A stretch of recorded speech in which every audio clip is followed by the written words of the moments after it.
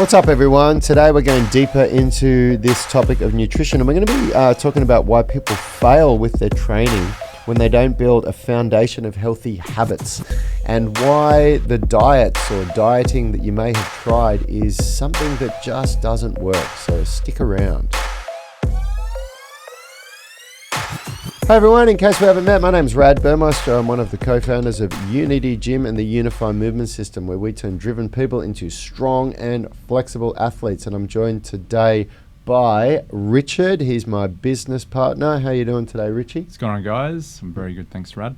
Hopefully Richie's going to be helping me out through this show. We don't normally rely on him so much, but Yanni's off doing some critical jobs today, some important work. So it's just Richie and me today. And listen, if you're watching on the YouTube replay, or if you're listening to the podcast, grab one of our free downloads, the Flexibility Blueprint, the Strength Blueprint, or the Nutrition Blueprint. That's where you can learn about all of our secrets, get an insight into the Unified Movement System, how it works. And also come and join the Facebook group, UMS Movement Mastermind. Just search for it on Facebook, and that's where we record these shows live and we answer your questions and interact with you. So, question of the day is, what dieting strategies have you tried and what were the results? Well, I'd love to know. Joseph Gilbert's already jumped in saying paleo, he enjoyed it, but too expensive and restrictive, time restrictive, and I get cranky. Yeah,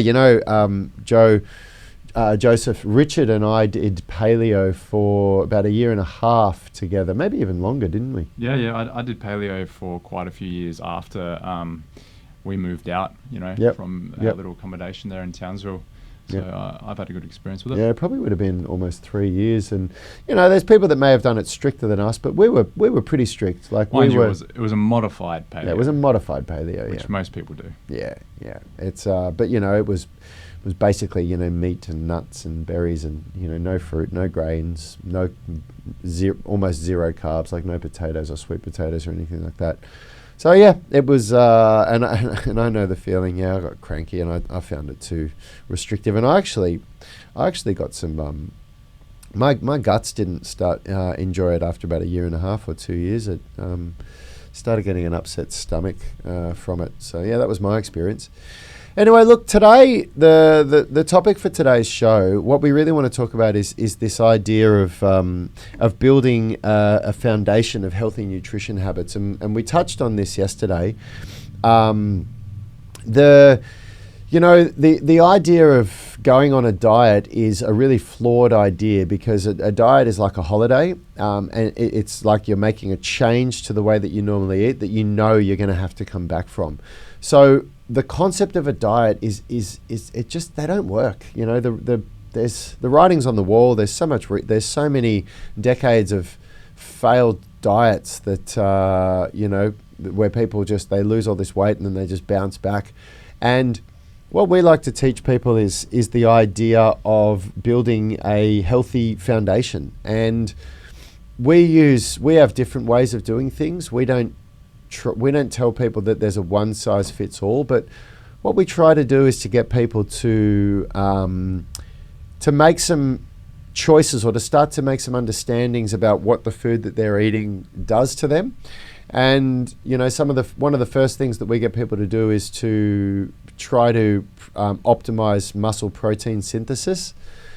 So it's, in a nutshell, it's the idea of building your meals around protein so that your muscles are getting what they need in order to grow and to develop. If you're doing all this training in the gym and you're working out, you want to be making sure that you're feeding your body the nutrition that it needs in order to get the results that you want. Because if you just, you've got to understand that training is the stimulus. It provides a stimulus for change, but it's not what actually creates it's not how the change occurs. The change occurs during your recovery. That's when the body actually adapts and goes through its growth. So, during that recovery, if you're not giving it the right food, the right nutrients that it needs in order to make the adaptation that you want, you're just not going to get, the change that you want. So, when we train at Unity Gym and in the UMS, a big part of what we do is resistance training. So we use weightlifting and calisthenics in order to grow muscle and to become stronger. So yeah, you need you need to be eating the right amounts of protein, throughout the day to grow those muscles, to get the result that you want. And one of the first things that we try to teach people around that is that you can't backload protein. So there's a certain amount of protein that your body can absorb every 3 hours, and it's about 0.4 grams per kilogram of body weight every 3 hours. So for me, at the moment, I'm about 87 kilos. It's give or take, it's about 34 grams. So if I do 87 times 0.4, it gives me, I think it's about 35 grams, which is the amount of protein that I can absorb every 3 hours. Well, it's technically how much your body can utilize towards protein synthesis. Yeah. Your body can absorb any level of protein you give it, but only that 0.4 is used towards protein synthesis. Yeah, everything else, it kind of gets passed through the system. Yeah, or used as energy, which is fine. It's just an expensive way to get energy. There's cheaper ways to get energy than with high quality protein. That's one of the first things that we do. One of the first things that we do, which is quite a big change for people, because you start to, the way that Richard and Yanni and I look at eating is, the first choice is always, what's my protein source? I don't think to myself, I feel like Italian food tonight, or I feel like pizza. Like that's a treat. Of course I do. Of course sometimes we say, let's get a burger. But for the 95% of the time, the first choice that we're making is, what protein am I going to have tonight? So the way our minds think is, I feel like fish tonight, or I feel like minced meat, or I haven't eaten lamb for a while, or whatever it is. And then from there, we build a meal around that. Would you say that that's how you eat, Richie? Yeah, 100%. Yeah, I always think about the protein first. Yeah, it's the most important macro for myself, because my goals are to build muscle. Yeah, I think most people should be aiming when they go to the gym to get stronger and increase lean body mass. So protein makes sense. That's probably the most important macronutrient. Yep.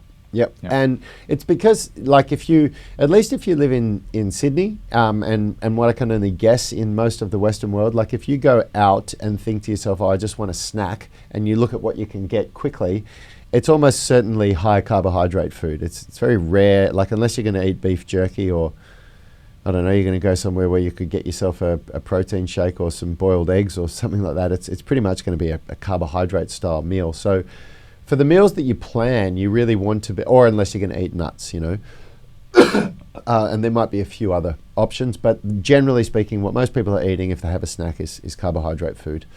That's the first thing. You start looking at, how do I build my meals around protein, and how do I maximize muscle protein synthesis by trying to have that 0.4 times my body weight in kilos equals the grams of protein that I want to have every 3 hours, So once you get your head around that, the next thing that we start looking at is whole foods. How do I start eating more whole foods? And whole foods are basically foods that come to us on the plate with very minimal processing, meaning really the only kind of processing that a whole food goes through for us is the cooking process, rather than it's taken from nature. It's either taken from the soil or from an animal and processed, put in a packet so that it can survive for longer, and then given to us.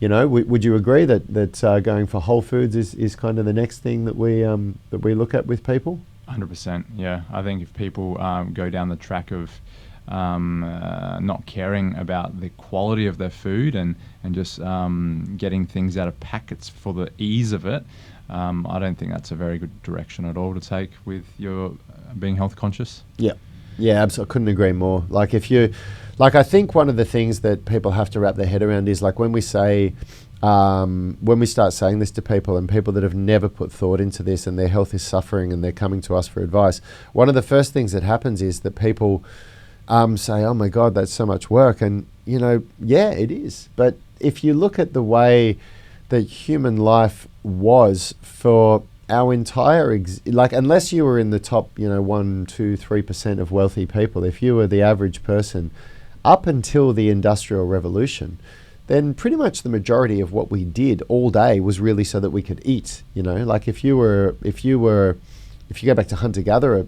stages, that's what we did. We went out and we hunted and gathered food so that we could eat. If you go to the farming phase, to agriculture, we spent our days farming. We tended to our crops, tended to our herds so that we could eat. And now we've come to this stage in our life where we work and we use our money and our finance to get food, and we use our money and our finance for everything else. And when you look at where the spread goes of where how much of people's wealth goes to their food, it's probably a small amount. And then you look at the time that the average person spends on preparing their food, and if you're one of these people that's saying, oh, that's too much work for me, you might want to reconsider it, because that's one of the reasons why your health is probably suffering, is that you're not putting the work into the food. And so, yes, when you start going down this whole food road, yes, there is work involved in it, and what we've found, the best way to do things is Richard and Yanni and I, we all cook double the amount for dinner and have some for lunch the next day. Like, it is a rare occurrence that Yanni, Richard or I will be at work without food prepared for ourselves that we made the night before. And if it is, we already know that the takeaway places in North Sydney where you can get the best whole food option, like my favourite place that's opened up recently, very close to us around the corner, you can actually go and get some roast meat with a side of salad or roast veggies. So even though it's prepared by somebody else, at least it's whole food that I'm getting. And the worst thing that's really going to be coming from that meal is maybe the salad dressing on the food. So I think you passed a good point before, Rad, when you said people don't want to do the work. I think that's a major reason why a lot of people fail diets that they go on, or changing their strategy with eating, is because it does require a lot of work in multiple ways. It requires cooking. It requires educating yourself about the right types of foods. There's a lot of layers about nutrition to get right. Yep. And that becomes often intimidating for a lot of people, and people often opt for the easy way out in dieting. Yep. And yeah, it's a Yep. big reason why they fail, because they simply just don't understand. Yeah. Now, for Richard and I know that if Yanni was here, Yanni has gone a lot deeper on nutrition than what Richard and I have, but and there's a couple of things that I'll pass on that I'm sure he would say if he was here. But I know that for Richard and I, those are the two things that we really try and get people to start with, because if you start to build your meals around protein and you start to look at preparing more of your own food using whole foods, that in itself cleans up a lot of people's diets a lot. Like, there's a really positive change that happens there. And the next thing that we like to do is to get people to start to become comfortable with feeling hungry and comfortable with the uncomfort of feeling hungry. And the way we do that is with time restricted eating, where we start to introduce a couple of days a week where people do time restricted eating, where they don't eat for, you can start with 12-12, where you don't eat for 12 hours and you only eat for 12 hours, and then you go to 14-10, and then eventually 16-8, which is the most common one that people do, which means that you only eat for an 8-hour window and you don't eat for a 16-hour window. And when you put those three things together, you really build a foundation for health. It's not a diet. You've adopted a new set of habits that can largely be maintained for people. And I speak from experience. These are things that I've done myself and maintained for many, many, many years. And it maintains a healthy body weight in all of us that do it.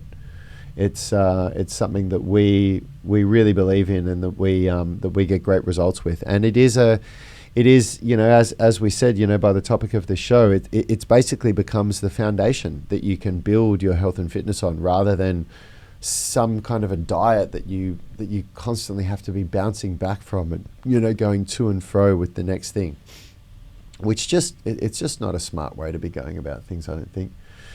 So we've got a couple of good of comments here. Let's get into them. So the question of the day is, what dieting strategies have you tried? What were the results? If you've got an answer for that, let us know. As we answered Joseph before, and now we're on to Grace. Grace has said, never really followed any diet for weight loss. I've always eaten whatever I like, but adapted the quantities when I gained weight that I didn't want. So that's great, Grace. That's you're training in the gym with us now in the morning, and I can see that you definitely have a healthy body composition. So yeah, that's really good. It's obviously working for you, which is great. And all I would say is just maybe ask yourself, do you want to go further than you are now? Do you see room for improvement? Would you like to improve your state of health? Because the way that I eat and the way that Richard eats, for a lot of people, a lot of people go, wow, you guys are like really full on with it. I don't consider that at all, but I even still, considering that the way that I eat is much cleaner and much healthier and much more conscious than the average person, and I still look for ways that I can make improvements each, at least every 3 months or so. I'll have a reflection on what I've been doing and think, you know what, I can fix this up a little bit more. So Grace, even though you're doing well, maybe you can look at incorporating the building your meals around protein if you're not already doing that, and making sure that you eat more whole foods. Those are some easy changes that you might be able to adopt. Cal Warren is saying, do you have any good way of tracking calories? I'm still struggling with figuring out what the right target calories are required to produce a caloric deficit. Well, I can tell you, I can remove the struggle and the confusion around this. There's some really good science around this. Yanni and I and Richard have learnt it from a friend of ours, Tony Battaji, who's a PhD holder in metabolic research, and he's brought together a lot of the most current research from people that are at the forefront of muscle protein synthesis research and metabolic research and fat loss, and what the most current up-to-date research is saying. And basically what you want to do is, the first thing you want to do is you want to get a DEXA scan. So working out a good way of tracking calories, there's many apps out there that you can use. I don't know what the best ones are these days, because when I did all my calorie tracking was about 7 years ago. I went really deep on it for about 12 months to really understand how calories worked and how to create calorie controlled diets. And after that, I got a good handle on it. So I don't believe that you need to track that so strictly forever. So yeah, just have a look at what the best rated apps are out there. Back in the day, for me, I think MyFitnessPal was a good one. But you need to get a DEXA scan, and the DEXA scan is going to tell you your resting metabolic rate, which is how many calories you need in a 24-hour period to sustain yourself at rest. So if you sat still, or basically if you did just what you normally do in a day, if you just walked around and did your normal daily activities, that's how many calories you'd need to eat to sustain your current body weight and not put on weight or not lose weight. Once you understand what your resting metabolic rate is, then the research shows that the best way to lose fat without losing muscle as well, and tune in for this one, Cal, is that you want to create a 500 calorie per day deficit, but you do that with a 250 calorie deficit coming from the calories that you consume and a 250 calorie deficit coming from exercise. The best way to do that is to do a workout that would burn about 400 or 500 calories, and also to consume 250 calories less than what your resting metabolic rate is. So let's say your resting metabolic rate is 2,000 calories, and you consumed 1,750 calories in a day, but you also did a 500 calorie workout. So that 500 calorie workout, no, sorry, I got that wrong. If you did, so 2,000 calories is what you need to do, but you do a workout that burnt 500 calories. So if you now wanted to maintain your weight, you would need to eat 2,500 calories, but what you do is you eat 2,250. So you eat a little bit less than what your body, no, you would eat 2,000 because it's 500 calories less.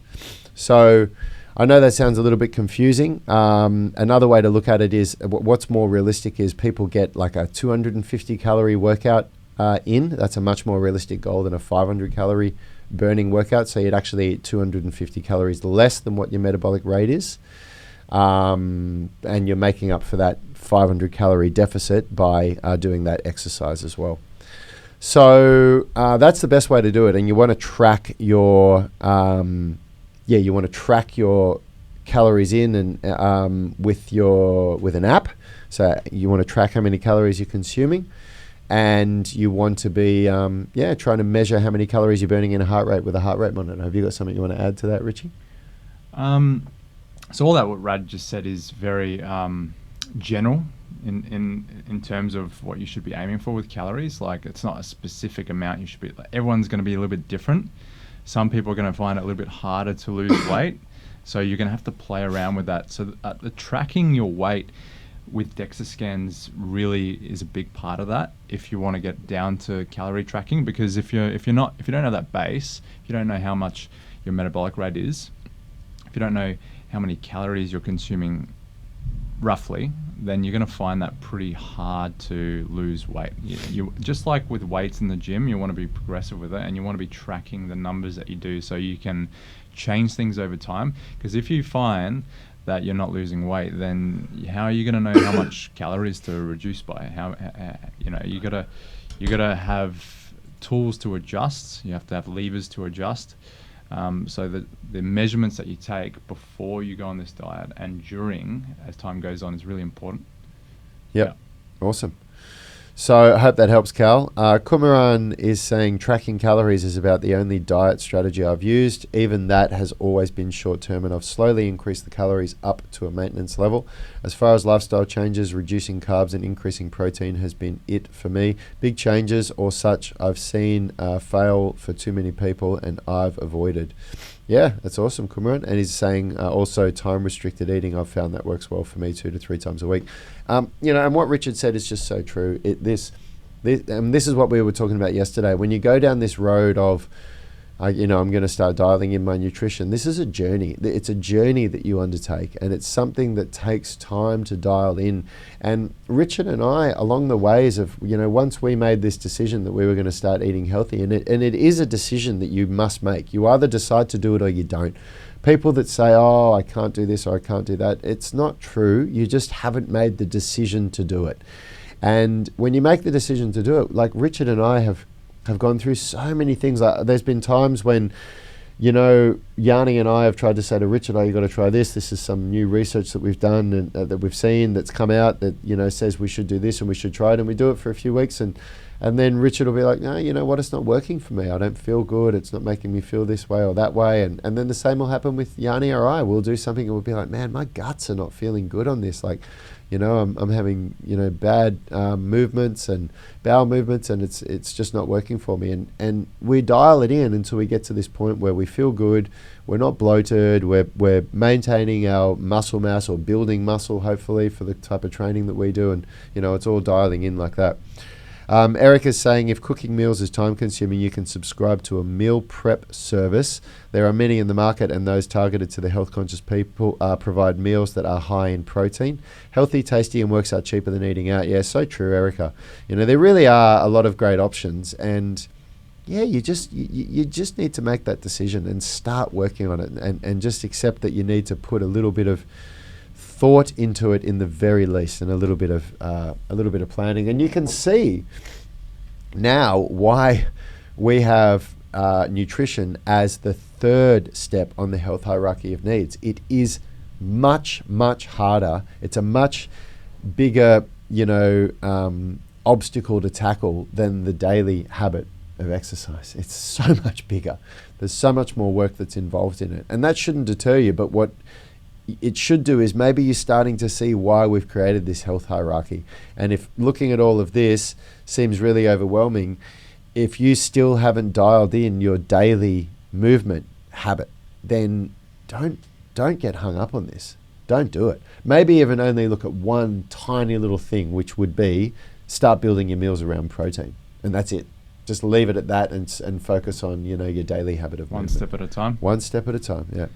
So I was going to ask, do you want to get a little bit more into what a balanced foundation looks like for us? Yeah.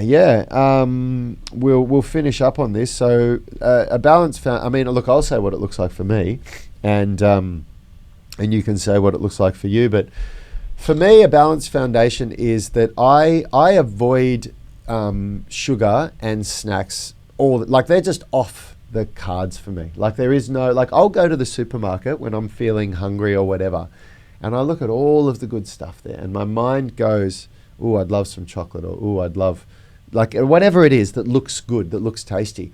But I've trained myself in a way that just doesn't register as an option for me. Even though the craving comes up, the desire to want it is there as strong as it ever was, but it's just not an option. And I think that's one of the first things you have to do. That is the foundation, that you understand that from Monday to Friday, like the food that you eat has to be whole food. So, you know, there has to be that preparation there. You know, I'm going home every night. It's okay, what's for dinner tonight? Here's my protein source. Here's this. I'm cooking enough for tomorrow, and I bring it to work, and I've got enough food for me to really sustain myself. And what I also have out the back is I have a big bag of nuts for when I feel hungry and like a snack, so that I don't need to go to the shop and be tempted by all the crap there. I can go at the back and have something that is high in calories, higher in fat, and is a healthier choice, you know. So that's the first thing. So the protein, the preparation, and the recognizing that foods, you know, what foods are just off the table. And then the next thing is understanding that I still give myself weekly, I will eat something that is a real treat for myself. Like I will have some kind of chocolate or a burger or a pizza or something that really satisfies that desire for something tasty. But I'm really aware of how much I can handle of that food before I start feeling lethargic, before I start getting bloated, and before I start putting on fat, you know, in ways that I don't want it. And it's taken me years to understand how much of that I can have and how much I can't, you know, through trial and error. What about you? Yeah, like what you just said, I very much apply it for myself. I think that the treat or the reward system, I don't call it cheat meals. I call it treat meals, because cheat meals has like a negative connotation to it. Like you're cheating against, you know, something. It's like you shouldn't be doing it. I think, you know, life is about enjoyment. So having treats in your diet is important. And if you're following something that's too restrictive by nature, like this is where the paleo diet failed me, you just fall off of it. Yep. When you've got too many rules to follow, life becomes unenjoyable and you fall off of it. And there's a lot of research that shows that you can still have treats in your diet and still live a perfectly healthy life. You don't have to be a zealot about it. So having a good balanced foundation, like the protein you were saying, the vegetables, unprocessed foods, carbohydrate, but allowing yourself to treat yourself every now and then is, I think, a valuable part of it. Very important to stay with it, you know. Yep. When people go too hard one way, they fall off, and then they resent the diets that they go on, and it makes it harder for the next time that they try it. And also, another thing I wanted to say was the meal timings. Meal timings are really important, like the routine about eating. When you don't have a routine around eating, then it makes life more difficult, and again, you're more likely to fall off that wagon again. Yeah, you go for the easy option. So planning when you eat your last meal in the evening, when your first meal is, depending on your goals, when you should be eating in between those times. Like for me, I want to build muscle. I'm going to have more regular meals. You know, I want to have my protein shakes instead of all gorging my meal in 2 sessions, like intermittent fasting. You know, but not that there's anything wrong with that if your goal is to lose weight and become healthy. Yeah, for sure. Yeah, so look, I hope you guys got something out of this. You know, this idea of building a foundation of healthy nutrition habits really is the thing that you need to get started with if you want to develop a really healthy physique and take control of your health. So I hope that helped. Tomorrow we're going to be talking about how joining a tribe where training in balance is the norm, as in it's the normal behavior, is going to help you succeed, or where eating the way that you want to be eating is the normal behavior. That is a massive, massive part of it, the power of a tribe. So tune in for that tomorrow, and we'll see you guys then. Have a great day. See you later, guys. Health is about performance, not just body image. You better be willing to accept what you're going to have to do to get there. We'll start focusing on movement goals, strength goals, flexibility goals. When you nail that skill, It's there forever. The body image goal doesn't get you that It's the far. consistency and frequency that's going to get you there. It's not the intensity. There's no shortcuts to mastery and movement. Destination doesn't change overnight, but your direction will. The gym is not the place to beat up the body that you hate. It's the place to build the body that you love. We are the gym that teaches people how to move instead of just exercise, because we believe that health is about performance, not just body image.